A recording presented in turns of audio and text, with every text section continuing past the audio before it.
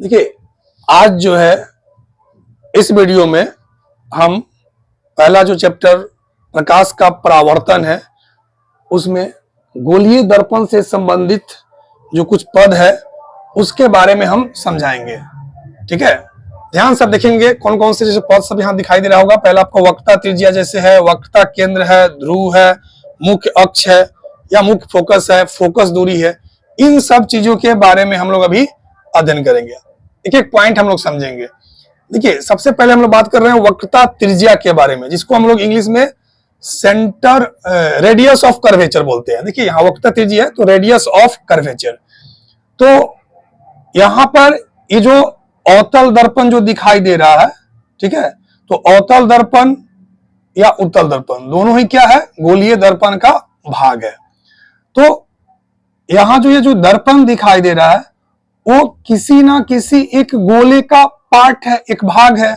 तो उस गोले का जो त्रिज्या होगा, उस गोले का क्या होगा, जो त्रिज्या होगा वो वक्रता त्रिज्या कहलाएगा, और जो केंद्र होगा वो वक्रता केंद्र कहलाएगा। बहुत सिंपल है, उस गोले का जो त्रिज्या होगा वो वक्रता त्रिज्या कहलाएगा, जिसको हम लोग वक्रता त्रिज्या को आर से सूचित करते हैं, यानी यहां से यहां की जो बीच की जो दूरी होगी, ठीक है, वो आपका वक्रता त्रिज्या, जिसको आर से सूचित करते हैं। और उस गोले के जो केंद्र होगा उसको हम लोग वक्रता केंद्र कहेंगे, जिसे सी से हम लोग सूचित कर रहे हैं। ठीक है, तो वक्रता त्रिज्या और वक्रता केंद्र एकदम क्लियर हो गया। अब यहां पर एक जो आ रहा है वो क्या आपके पास अभी दिखाई दे रहा है, वो ध्रुव दिखाई दे रहा है।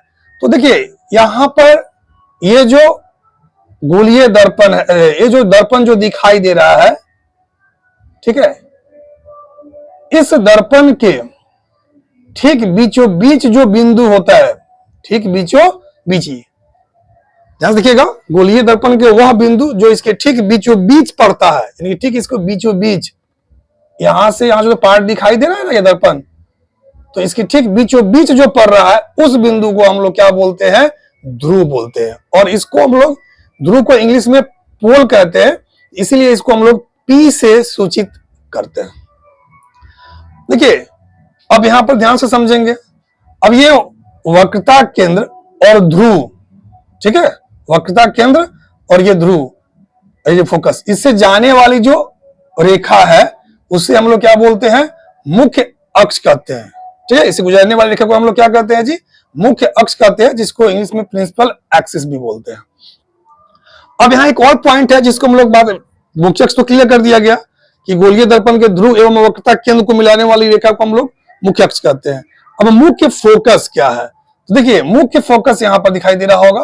तो मुख्य फोकस क्या है उसके बारे में समझेंगे कि अब तो मुख्य अक्ष समझ गए, तो मुख्य अक्ष के समानांतर, देखिएगा ध्यान से देखिएगा, मुख्य अक्ष के समानांतर, ठीक है, आने वाली प्रकाश किरणें दर्पण से परावर्तन के बाद, दर्पण से परावर्तन के बाद मुख्य अक्ष के जिस बिंदु से होकर गुजरती है, ठीक है, अगर अभी तो यहां पर अवतल दर्पण है, अगर उत्तल दर्पण होता तो आती हुई प्रतीत होती, तो हम लोग क्या बोलेंगे उसको, गोलीय दर्पण के मुख्य अक्ष के समानांतर चली प्रकाश किरणें दर्पण से परावर्तन के बाद मुख्य अक्ष के जिस बिंदु पर मिलती है, मुख्य अक्ष के जिस बिंदु पर मिलती है, ये बिंदु हो गया, ठीक है, तो इस बिंदु को हम लोग क्या बोलेंगे, मुख्य फोकस कहेंगे। फिर से बोल रहा हूं, एक और ध्यान सुनिएगा, मुख्य अक्ष के समानांतर चलने वाली, ये मुख्य अक्ष है, इसके समानांतर चलने वाली प्रकाश किरणें दर्पण से परावर्तन के बाद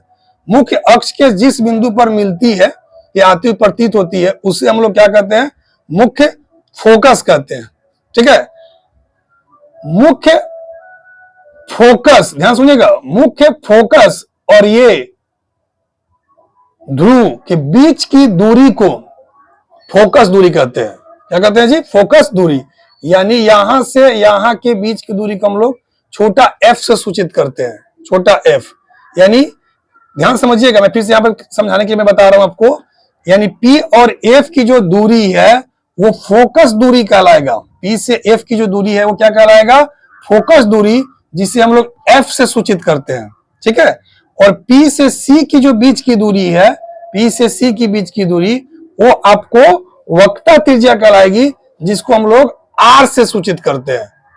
ठीक है, तो हमें लग रहा है कि यहां पर जो भी पॉइंट्स है वो आपको अच्छी तरह से समझ में अभी आ गया होगा। आप एक बार से अच्छा से और देख लें, क्या आप स्क्रीनशॉट भी आप अच्छे से ले सकते हैं इसका।